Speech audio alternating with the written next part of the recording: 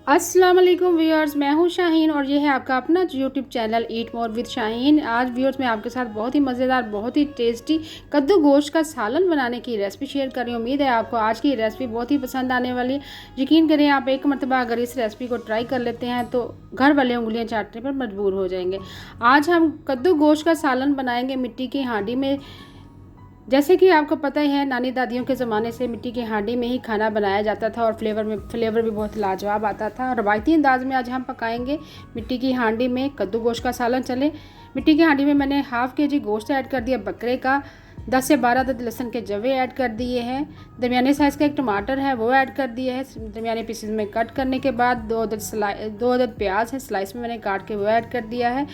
1 table spoon भर के आपने अदरक का पेस्ट ऐड करना है, 1 अदद मोटी इलायची ऐड करनी है। अब स्पाइसेस ऐड कर देते हैं साथ ही। प्लीज़ व्यूअर्स से आपसे रिक्वेस्ट है, अगर चैनल पर आप नए हैं तो चैनल को सब्सक्राइब करें, लाइक करें और वीडियो को आखिर तक वॉच कीजिएगा। स्पाइसेस में हम ऐड कर रहे हैं 1 टीस्पून का सुरख मिर्च पिसी हुई ऐड कर दी है, हाफ़ टी स्पून हल्दी पाउडर ऐड कर दिया, 1 टीस्पून नमक ऐड कर दिया है, 1 टीस्पून आपने इसमें धनिया पाउडर ऐड करना है और 1 टीस्पून ज़ीरा पाउडर ऐड करना है।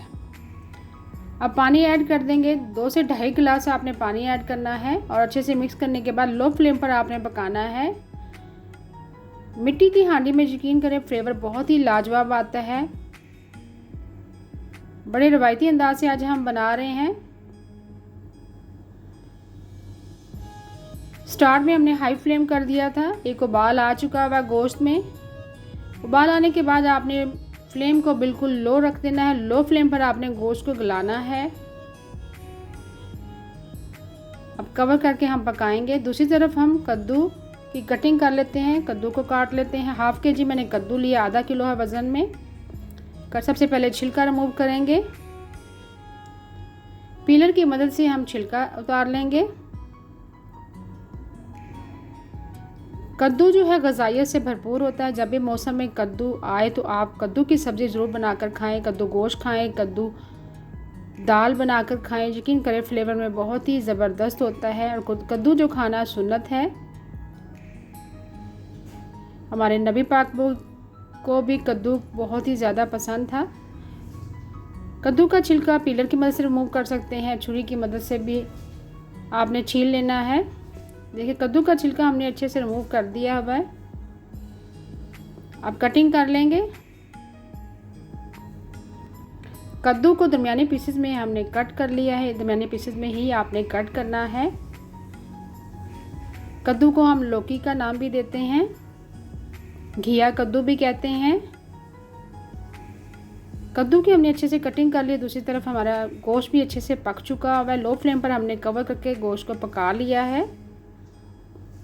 अब ऑयल ऐड करेंगे, हाफ कप आपने तेल ऐड करना है। ऑयल ऐड करने के बाद अच्छे से आपने गोश्त की भुनाई करनी है। देखिए अच्छे से तरी आ गई है। गोश्त की हमने अच्छे से भुनाई करनी है। अगर आप गोश्त की अच्छे से भुनाई नहीं करेंगे तो कद्दू गोश्त के सालन में फ्लेवर नहीं आएगा। गोश्त की अच्छे से भुनाई कर ली। अब साथ ही हम कद्दू भी ऐड कर देंगे। कद्दू ऐड करने के बाद फिर से हमने अच्छे से भुनाई करनी। जब भी आपने कद्दू गोश्त या कद्दू शलजम गोश्त बनाए, कोई भी सब्ज़ी बनाए तो उसको गोश्त के साथ भी उसकी ज़रूर भुनाई किया करें। इस तरह फ्लेवर बहुत ही ज़बरदस्त आता है। अच्छे से भुनाई कर लिया। अब इसमें पानी ऐड करेंगे, क्योंकि आज हम कद्दू गोश्त का सालन जो है शोरबे वाला तैयार कर रहे हैं, थोड़ा सा ग्रेवी वाला। 1 से 1.5 गिलास मैंने पानी ऐड कर दिया है। अब मीडियम फ्लेम पर पका लेंगे। ये मीडियम फ्लेम पर मैंने कद्दू गोश्त को पका लिया है।